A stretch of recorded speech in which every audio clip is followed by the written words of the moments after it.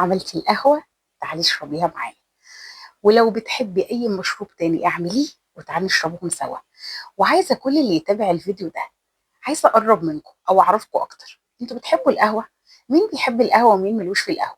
اكتبوا لي في التعليقات مين بيشرب أكتر من فنجان في اليوم، ومين بيشرب فنجان قهوة واحد زيي.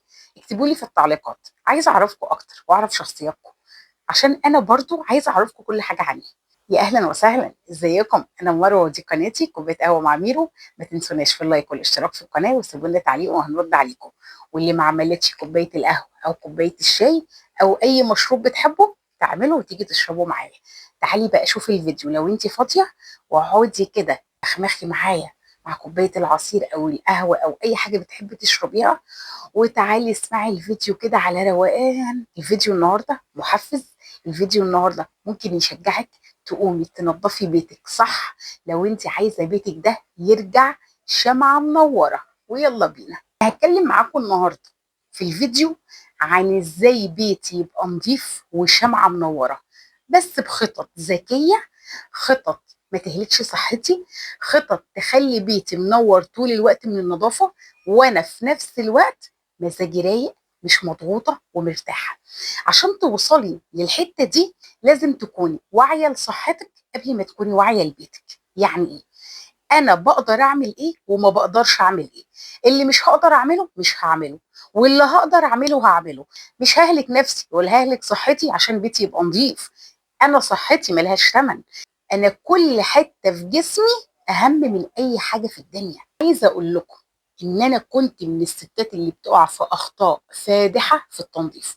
انا كنت مودية نفسي في داهية، من الاخر كنت بهلك نفسي هلك، لغايه ما اكتشفت ان هلكه نفسي دي ولا نظفت بيتي ولا وفرت فيها صحتي. عايزه اقول لكم ان انا كنت زمان فاكره ان الست الشاطره والست النظيفه اللي تقلب بيتها كله وترجعه تاني زي القشطه.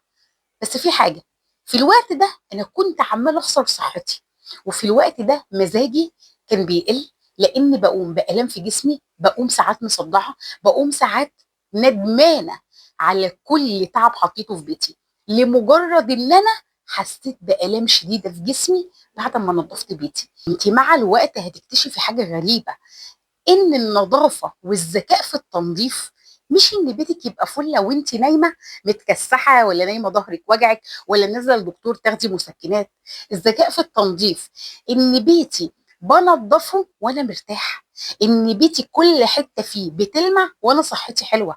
لكن لو بيتك ده جنه على الارض، وانت بتاخدي علاج لظهرك ولرجليكي ولدماغك ولكل حته فيكي، ايه معناها؟ ايه معنى ان بيت نظيف؟ بيتي جزء مني وبيتي مرايتي، لكن لو مرايتي دي هتكسرني يبقى بلاها. لما تقرري تنظفي بيتك، لا تنظفي بيتك وانتي كويسه، وانتي مش مضروره، وانتي مش مأذيه، لا اما بلاها التنظيف. لو معايا قرش اجيب واحده تنظف لي واوفر صحتي. طب انا عايزه انظف يا مروه بذكاء، زي ما انتي بتقولي ان في فكره تخليني انظف بذكاء، وتخلي بيتي كل اللي يدخله يشم ريحه بيتي من بره، ويشم ريحه الفله والست اللي جوه اللي حاطه رجل على رجل، وفي نفس الوقت بيتها نظيف. ازاي اوصل للمرحله دي؟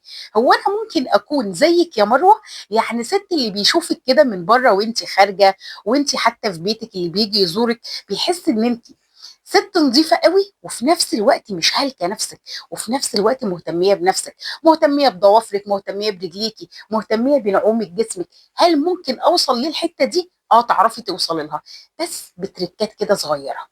بس اهم حاجه ما تجيش واحده تقول لي انا اهم حاجه ان جوزي يلاقي البيت متروق، ان شاء الله اكون انا متكسحه على السرير، ان شاء الله اكون مش مهتميه بنفسي. استحاله.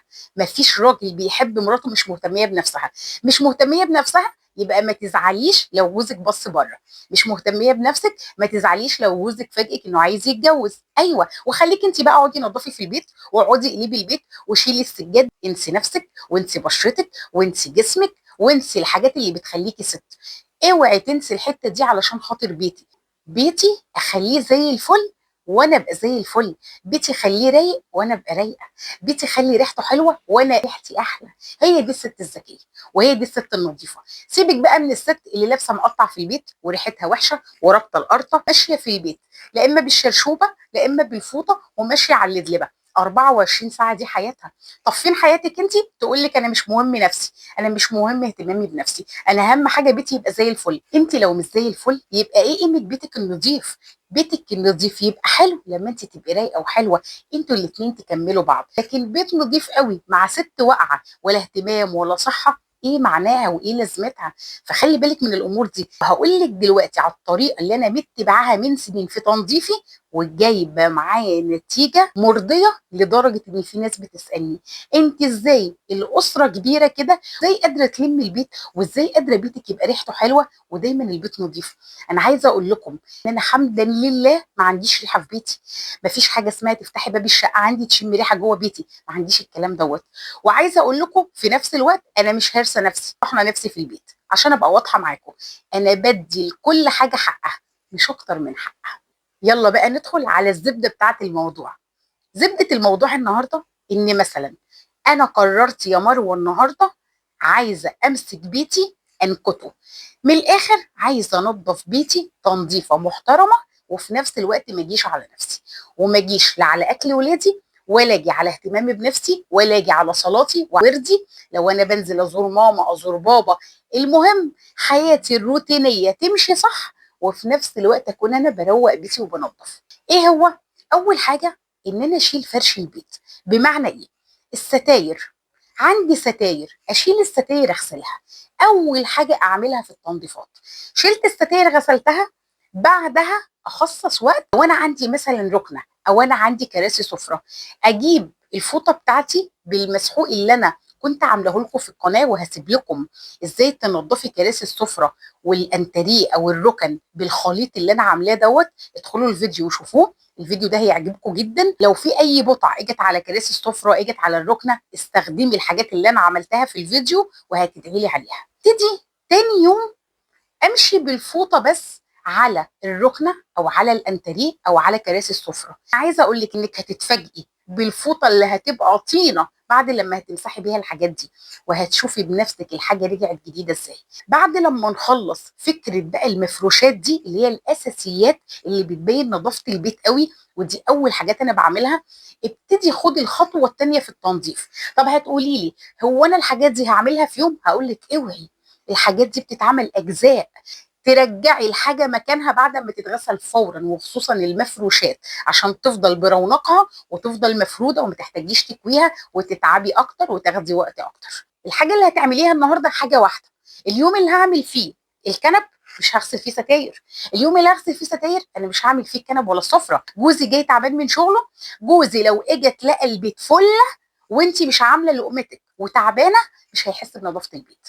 طب امتى يا جوزي هيحس بنظافه البيت؟ لما اكون منظفه بيتي واكون عامله له لقمه حلوه وحاجه حلوه هو بيحبها، ويجي يلاقيني انا مهتميه بنفسي، رشه البرفان عليا، ريحتي جميله، حاطه رجلي على رجلي، كده جوزي يضرب لي تعظيم سلام. غير كده مش هيحس بحاجه. ايه الحاجه التانيه اللي اعملها؟ اللدلبه. الكارثه في بيوتنا الهدوم. الكارثه ما بنعرفش نخلص منها غير بصعوبه. الترتيب، التطبيق، ان الهدوم تبقى دايما في الدولاب وفي اماكنها. لو انت مش ماشيه على روتين ليها وانك دايما بتطبقي دايما بتعيني الحاجه في اماكنها، بيتك هيبقى فوضوي. مهما بيتك هيبقى نظيف هيبقى مكركب. دولاب ولادك وانت واقفه مع ولادك لازم تعلمي ولادك يطبقوا الغسيل. هتقولي لي ما بيطبقوش بالطريقه اللي انا بطبق بيها، معلش ابلعيها، عديها، بس خليهم يتعلموا. اتعبي نفسك شويه، بلاش الحنبليه قوي وبلاش التقانه قوي. عدي حاجات كده لصالح ولادك. ولادك لو ما غلطوش مش هيتعلموا. لو انت عايزه الحاجه صح وبرفكت فولادك مش هيساعدوكي، فانت اللي هتدعكي وانت اللي هتتهاني، والبيت ده هيبقى فوق بعضه تحت بعضه عليك انت. ساعتها مش هتلاقي صحتك. ما تلوميش ساعتها غير نفسك. اعلم ولادي يطبقوا غسيلهم، ايد بايد بنساعد بعض. روقنا اللجلبه، خلصناها، يوم تاني بقى ادخل على السراير، امسح السرير بتاعي، امسح الدولاب بتاعي من بره، افرش كده ملايه نظيفه، ابتدي اجر الاوضه بتاعتي واكنسها. يوم تاني اخصص وقت للادراج، على ادراج التسريحه. اروق التسريحه بتاعتي، اخش عليها الجلانس، المع المرايه بتاعتها، ابتدي احط كل حاجه في اماكنها، اخلي الاوضه بتاعتي فله. يوم تاني كده بقى في الرواق هعمل ايه؟ هقوم داخله شايله الملايات والكفرات غسلاهم، حاطه كفرات تانية وملايات نظيفه. ما عندكيش الا كفرات واحده؟ انا على فكره لغايه النهارده ما عنديش الا كفرات واحده لكل سرير، مش جايبه كفرين ولا ثلاثه. انا بمشي على قد ظروفي وامكانياتي. بشيل الكفرات من الصبح، اغسلهم واحطهم في الهواء، اول ما ينشفوا برجع احطهم على المراتب تاني، تكون المراتب اتهوت، وبعد كده افرش الملايات، واجيب بقى فوطه احط فيها زيت عطري، واحط فيها ملمع الخشب، وابتدي امشي على الخشب، ارجع الخشب بيلمع من النظافه. في نفس الوقت انا الحاجات اللي عملتها الخفيفه دي مشيت بيها الدنيا، بس ما وقفتش روتيني. انا نظفت اوضه ولادي بالتدريج، بس ما اهملتش في بيتي، ما اهملتش في الورد بتاعي، ما اهملتش في اكل ولادي. خصصي ايام للاجهزه الكهربائيه ونظافتها، وخصصي ايام للمطبخ، ايام لاوضه ولادك وللاوضه بتاعتك. كل يوم اعمل حاجه في بيتي مهمه وتبقى صغيره، واشكر نفسي عليها. مفيش بيوت بتخلص، مفيش بيوت بتفضل نظيفه 24 ساعه. سيبك من اللي انت بتشوفيه على النت، الكلام ده تصوير مش واقع، مش واقع في بيت وفي اولاد وفي ناس بتاكل وناس بتلبس. فعلشان افهمك ان البيوت ما بتخلصش، لازم اقول لك تقبلي الوضع. لازم تكوني فاهمه ان كل بيت فيه بشر عايشين فيه، في ضريبه بتدفع ان البيت بيكركب، في مواعين هتبقى في الحوض، ان في مواعين هتبقى على البوتاجاز، في حلل على البوتاجاز. ليه؟ ناس بتاكل، ناس عايشه، البيت فيه احياء مش اموات. فطبيعي ان البيت هيبقى فيه دربكه وهيبقى فيه حاجات كتير عايزه تظبيط. لكن الفكره ان انا اهلك نفسي علشان انظف، هتندمي. والاصعب واصعب لما بتكون ام عندها عيال صغيره، وبعد لما بتروق البيت تيجي تبص تلاقي ابوك عند اخوك، وتلاقي البيت رجع تاني مكركب ومتوسخ بسبب عيالها الصغيره. الست دي بتحبط، بيجي لها احباط، بتقول انا فين مجهودي؟ انا بقالي 3 ساعات ولا 4 ساعات شغاله في البيت، انا ما بانش على البيت اي حاجه بعد التعب اللي انا تعبته. ساعتها الست بتحس ان مجهود ضايع، بتعمل مجهود على فاضي. ايه اللي يوصلك لكده؟ لكن لما انا اشتغل برواق، اشتغل بمزاج عالي، اشتغل كل يوم حته اعملها، انا هبقى مرتاحه. اليوم اللي انا اشيل فيه الاجهزه واغسلهم، خلاص الحمد لله على كده، لا يكلف الله نفسا الا وسعها. النظافه ان امسك العصايه من النص، بعمل لاولادي احلى اكل، بهتم بنفسي قوي، بدي لربنا حقه، بصلي، بصوم، بقرا قران، بقول اذكاري، مفيش حاجه تقريبا واقعه مني.